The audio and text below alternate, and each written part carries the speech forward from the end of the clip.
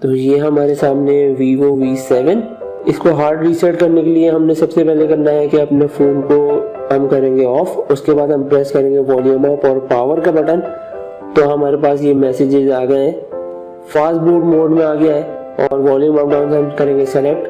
Top वाला option है reboot और नीचे वाला है रिकवरी मोड का, हम जाएंगे रिकवरी मोड पे और यहाँ वीवो का लोगो आपके सामने। ये विंडो खुली है, इसमें हमारे पास 6 ऑप्शन मौजूद हैं। यहाँ से हमने क्लिक करना है वाइप डेटा पे और वाइप डेटा में हम क्लिक करेंगे तो हम एक और विंडो में आ गए और यहाँ पे हमारे पास हैं 2 और ऑप्शन, यानी कि वाइप कैशे पार्टीशन और वाइप डेटा का। तो हमने करना है वाइप डेटा को सेलेक्ट, वाइप डेटा को हम सेलेक्ट करेंगे और उसके बाद हमने करना ये है कि और हमारे पास विंडो खुलेगी, उसमें दोबारा हम करेंगे वाइप डेटा और जैसे ही हम वाइप डेटा करेंगे तो ये हमारा जो वाइपिंग का प्रोसेस है वो स्टार्ट हो जाएगा।